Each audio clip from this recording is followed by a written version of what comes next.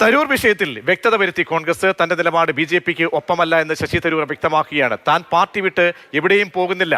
പാർട്ടിക്ക് നിലപാടുള്ള വിഷയത്തിൽ ഞാൻ വേറെ അഭിപ്രായം പറയാറില്ല. പാർട്ടി വിടുന്നു എന്ന് മാധ്യമങ്ങളാണ് പറയുന്നത് എന്നും കഴിഞ്ഞ കാര്യങ്ങളെക്കുറിച്ച് സംസാരിച്ചിട്ട് കാര്യമില്ലെന്നും തരൂർ വ്യക്തമാക്കുകയാണ്. തരൂർ തിരഞ്ഞെടുപ്പിന്റെ മുഖമായി ഒപ്പമുണ്ടാകുമെന്ന് വി.ഡി. സതീശനും അങ്ങനെ പ്രതികരിക്കുകയാണ്. അപ്പോൾ തരൂർ വിഷയം കോൺഗ്രസിനെ സംബന്ധിച്ച് ഒരു അടഞ്ഞ അധ്യായമായി മാറുന്നുണ്ടോ?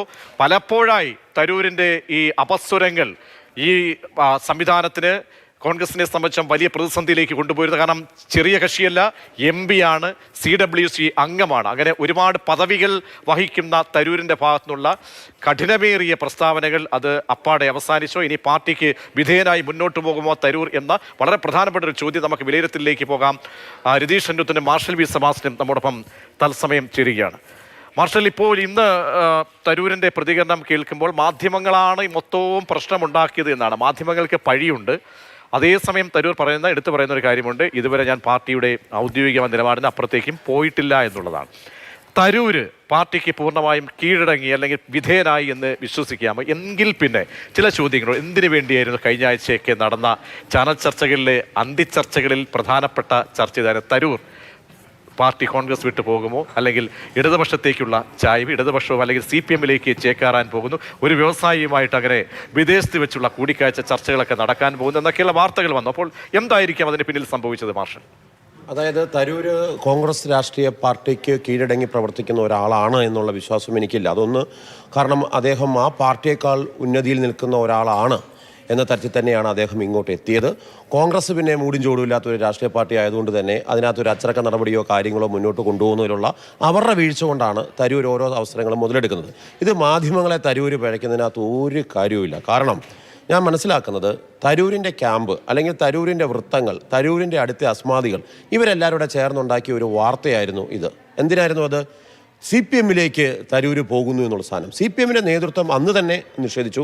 അത്തരമൊരു കാര്യം ഞങ്ങൾക്കറിയില്ല എന്നാണ് അറിഞ്ഞത്. പക്ഷേ തരൂർ ക്യാമ്പ് വളരെ വ്യക്തമായിട്ട് പറഞ്ഞു, CPM-ലേക്ക് പോവുകയാണ്, ചർച്ച നടക്കുന്നുണ്ട്, ദുബൈയിൽ ചർച്ച നടത്തി, ഉന്നത വ്യവസായി ഉണ്ട് എന്ന് പറഞ്ഞു. അപ്പം ഞാൻ നമ്മുടെ ദുബൈ ലേഖനുമായിട്ട് സംസാരിച്ചു. അദ്ദേഹം പറഞ്ഞത് തരൂർ എത്തിയിട്ടില്ല, ഫ്ലൈറ്റ് വന്ന് ഇറങ്ങി. അപ്പോൾ നമ്മുടെ ലൈവിലും പറയുന്നുണ്ടായിരുന്നു അതിനുള്ള സാധ്യത വളരെ കുറവാണ്. പക്ഷേ എവിടെ നിന്നാണ് ഈ വാർത്ത വന്നത്? അപ്പോൾ നമുക്ക് ഈ പൊളിറ്റിക്സ് കൈകാര്യം ചെയ്യുന്ന നമ്മുടെ റിപ്പോർട്ടർമാർ ആവർത്തിച്ച് ഇവിടെ ചോദിക്കുമ്പോൾ കൊടുത്തോ ഇങ്ങനെ തന്നെ കൊടുത്തോ എന്ന് പറഞ്ഞ ആളാണ് തരൂരിൻ്റെ ക്യാമ്പ്. തരൂര് പറഞ്ഞാലും തരൂരിൻ്റെ ക്യാമ്പ് പറഞ്ഞാലും അങ്ങനെ ഒരു വാർത്ത വരികയും എല്ലാ തരത്തിലും എല്ലാ മേഖലയിലും മെയ്വഴക്കമുള്ള ആളാണ് ശശി തരൂർ.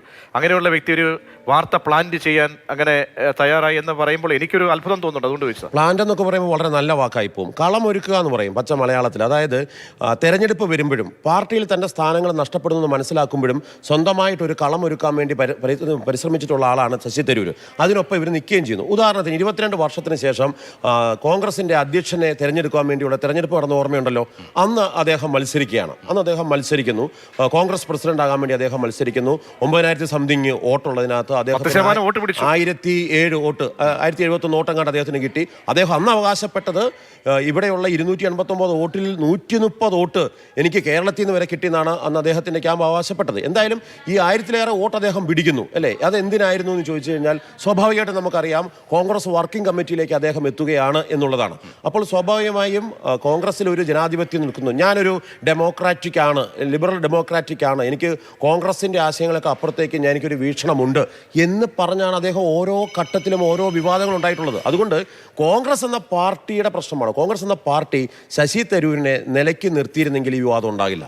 രതീഷ്, അതായത് മാർഷൽ പറയുന്നത് എന്താണ്?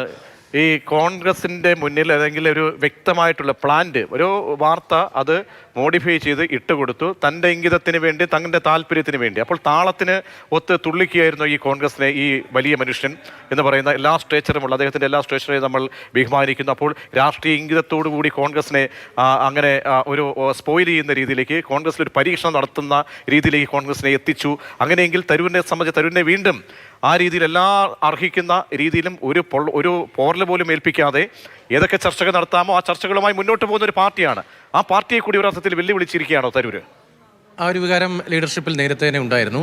തരൂരിൻ്റെ ഉദ്ദേശം എന്താണ്? തരൂർ BJP-യിലേക്ക് ചേക്കാറാൻ വേണ്ടി കളമൊരുക്കുകയാണോ എന്ന സംശയം കേരളത്തിലെ നേതാക്കൾ പരസ്യമായി, MP-മാർ ഉൾപ്പെടെയുള്ളവർ നേരത്തെ പരസ്യമായി പറഞ്ഞിട്ടുണ്ട്. രാജ്മോഹൻ ഉണ്ണിത്താൻ അടക്കമുള്ളവർ നേരത്തെ ഒരു ഘട്ടത്തിൽ കെ മുരളീധരൻ പറയുന്നു, ഇത്തവണ കൂടി ചുമന്നാൽ മതിയല്ലോ എന്ന് പാർലമെന്റ് തെരഞ്ഞെടുപ്പിന് മുൻപ് ഒരു ഘട്ടത്തിൽ കടന്ന പരാമർശം നടന്നു. അതായത് തരൂർ പാർട്ടിയിൽ നിന്ന് പോകും എന്ന നിലയിലുള്ള ചർച്ചകൾ പാർട്ടിക്കുള്ളിൽ വളരെ സജീവമായി ഉണ്ടായിരുന്നു. അതേസമയം തന്നെ അതിന് പിന്നാലെ ഇപ്പോൾ മാർഷൽ സൂചിപ്പിച്ച പോലെ കഴിഞ്ഞ ആഴ്ച വന്ന വാർത്ത ഇടതുപക്ഷ CPM-ലേക്ക് പോകുന്നു എന്ന നിലയിലായിരുന്നു. തിരഞ്ഞെടുപ്പിലേക്ക് പോകുമ്പോൾ കോൺഗ്രസ് കേരളത്തിൽ നേരിടുന്ന ഏറ്റവും വളരെ പ്രധാനപ്പെട്ട പൊതുസമൂഹത്തിൽ നേരിടുന്ന വെല്ലുവിളി, കോൺഗ്രസ് പാർട്ടിയിൽ ഐക്യമില്ല, നേതാക്കൾ തമ്മിൽ തല്ലാണ്, മുഖ്യമന്ത്രി സ്ഥാനത്തിന് വേണ്ടി നിരവധി പേർ മത്സരിക്കുന്ന ആ കൂട്ടത്തിൽ തരൂർ ഉൾപ്പെടെയുണ്ട്. ഈ ഒരു ചർച്ച കോൺഗ്രസിനെ ഗൗരവതരമായി ബാധിക്കുമെന്ന വിലയിരുത്തൽ കോൺഗ്രസ് ഉണ്ടായിരുന്നു. ഈ മാസം ആദ്യം വയനാട്ടിൽ നടന്ന നേതൃയോഗത്തിൽ ഇക്കാര്യം ഉൾപ്പെടെ ചർച്ചയ്ക്ക് വന്നു എന്ന് വേണം മനസ്സിലാക്കാൻ. അതിനുശേഷമാണ് VD സതീശനും രമേശ് ചെന്നിത്തലയും ഒരുമിച്ച് ഒരു വാഹനത്തിൽ കോഴിക്കോട് മാതൃഭൂമി ആസ്ഥാനം ഉൾപ്പെടെ സന്ദർശിക്കുന്നുണ്ടായിരുന്നു. അങ്ങനെ ഐക്യ സന്ദേശം നൽകാതെ കേരളത്തിൽ വിജയിക്കാൻ കഴിയില്ല എന്നൊരു ധാരണയിലേക്ക് കോൺഗ്രസ് നേതൃത്വം എത്തിയെന്നത് ശരിയാണ്. അവിടെയാണ്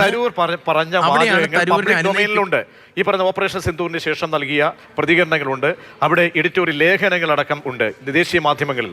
അതൊക്കെ അപ്പാടെ മായ്ച്ചു കളഞ്ഞോ കോൺഗ്രസ്? അതല്ല, അതിനുശേഷം എന്താണ്, സംസ്ഥാന സർക്കാരിനെ ഏറ്റവും അധികം പുകഴ്ത്തിയ ഒരു വ്യക്തിയാണ്. അത് പുകഴ്ത്തുക മാത്രമല്ല, ദേശീയ മാധ്യമത്തിൽ തൻ്റെ അഭിമുഖം അടിച്ചു വരികയും ചെയ്തു. അപ്പോൾ ഇതൊക്കെ കാര്യങ്ങളെല്ലാം കോൺഗ്രസ് മായ്ച്ചു കളഞ്ഞോ? ഒരു വെടിനിർത്തൽ ഉണ്ടായി എന്ന നിലയിലാണ് കോൺഗ്രസ് നേതാക്കളുടെ പ്രതികരണം. ഇന്നത്തെ തരൂരിൻ്റെ പ്രതികരണം, താൻ ഇന്റർനാഷണൽ വിഷയങ്ങളിൽ മറ്റൊരു നിലപാട് സ്വീകരിക്കാറുണ്ട്, സ്വതന്ത്രമായ നിലപാട് സ്വീകരിക്കും. ഇന്നും അത് ആവർത്തിച്ചു. ഇത് ഇന്ന് അത് രാഷ്ട്രീയത്തിലൊന്നും പ്രഡിക്റ്റ് ചെയ്യാൻ കഴിയില്ല. ഒരു നേതാവിന് നാളെ എന്ത് പറയില്ല. പക്ഷേ കോൺഗ്രസിന് മുന്നിലുണ്ടായിരുന്ന വെല്ലുവിളി കേരളത്തിൽ അധികാരത്തിലേക്ക് തിരികെ എത്തുക എന്നതാണ്.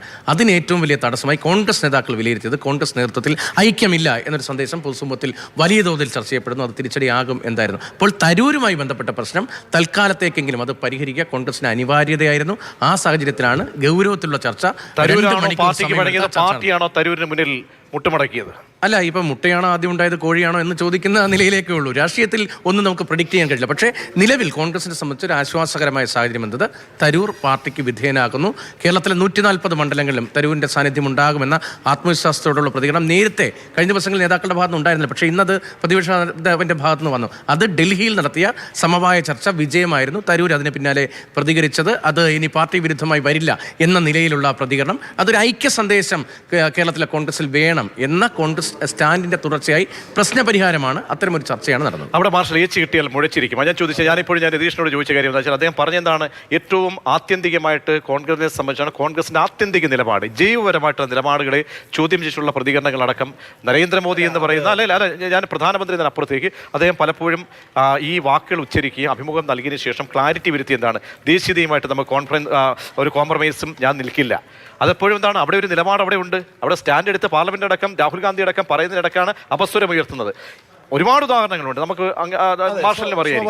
അങ്ങനെ ഇപ്പോൾ നാളെ എല്ലാം പെർഫെക്റ്റ് ആണ്, നാളെ തരൂർ ഒന്നും പറയില്ല എന്ന് ഒരു സർട്ടിഫിക്കറ്റ്, ഗുഡ് സർട്ടിഫിക്കറ്റ് കൊടുത്തുകൊണ്ട് മുന്നോട്ട് പോകാൻ കോൺഗ്രസിന് കഴിയും? അല്ല, അത് കൈപ്പള്ളി, അതിപ്പോൾ ചോദ്യത്തിന് രതീഷ് പറഞ്ഞില്ലേ, കോഴിയാണോ മുട്ടയാണോ ഉണ്ടായെന്ന് ചോദിച്ചു കഴിഞ്ഞാൽ അത് പറയാൻ പറ്റില്ലല്ലോ എന്ന് പറഞ്ഞ പോലെ അതിനകത്ത് മറുപടിയുണ്ട്. കാരണം എന്ന് വെച്ച് കഴിഞ്ഞാൽ കോഴിയാണോ മുട്ടയാണോ ഉണ്ടായെന്ന് ചോദിച്ചാൽ മുട്ടയാണ് ആദ്യം ഉണ്ടായത്.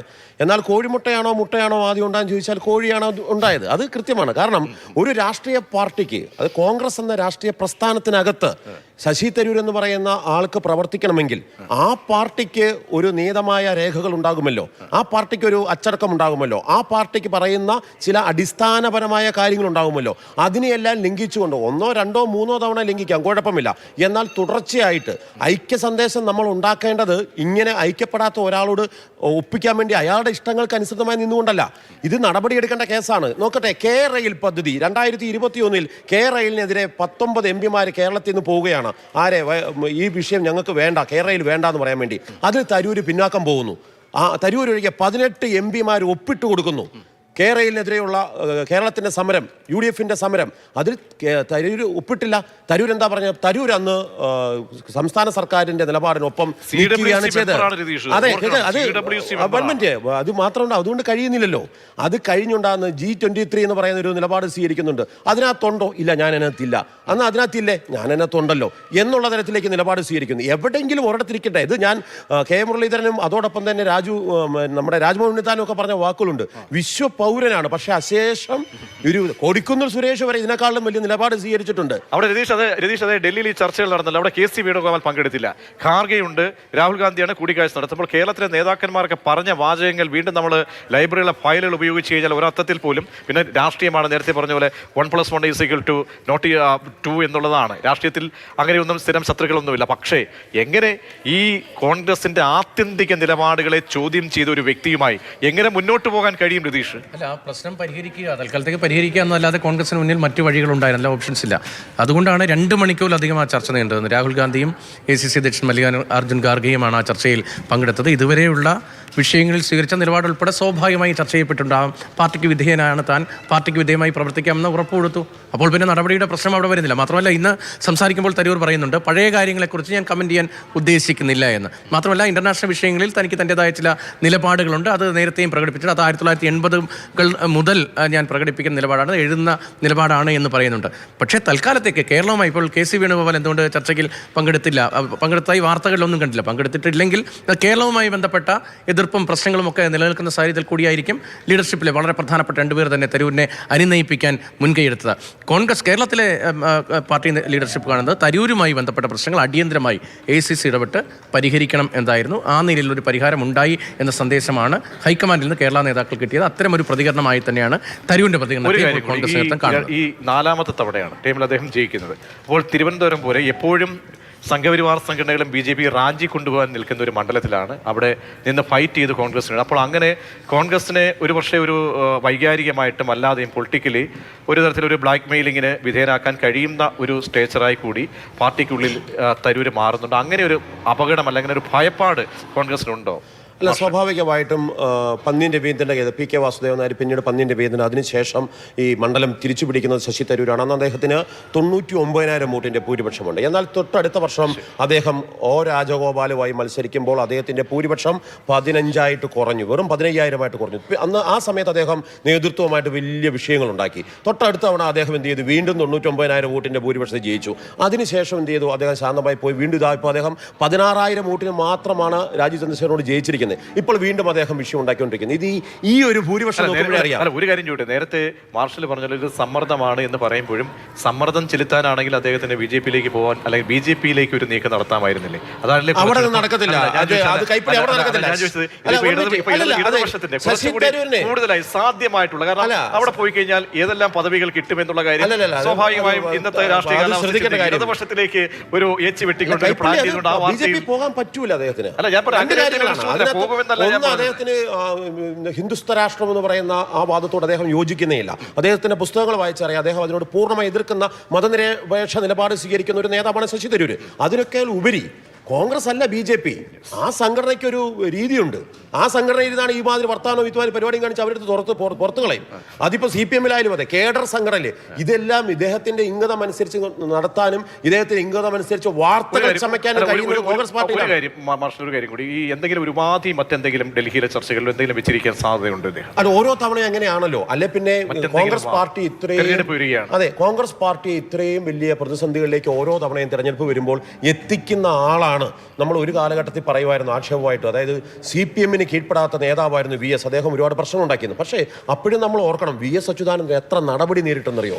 VS അച്യുതാനന്ദനെ പാർട്ടി ശാസിച്ചിട്ടുണ്ട്. VS അച്യുതാനന്ദനെ പാർട്ടി പോളിറ്റ് ബ്യൂറോയിൽ നിന്ന് മാറ്റി നിർത്തിയിട്ടുണ്ട്. VS അച്യുതാനന്ദനെതിരെ പരസ്യമായ നിലപാട് സ്വീകരിച്ചിട്ടുണ്ട്. ഇവിടെ ശശി തരൂരിനെതിരെ നേതാക്കന്മാർ പറയുന്നതല്ലാതെ ഒരു നടപടി എടുക്കാൻ ധൈര്യമില്ലാത്ത കോൺഗ്രസ് നേതൃത്വത്തിന്റെ ആ പ്രശ്നമാണ് തരൂർ ഇപ്പോഴും മാധ്യമങ്ങളെ സ്വാധീനിച്ചുകൊണ്ട് ഇല്ലാ വാർത്തകൾ മാറ്റി കളമൊരുക്കിക്കൊണ്ടിരിക്കുന്നത്. തീർച്ചയായും.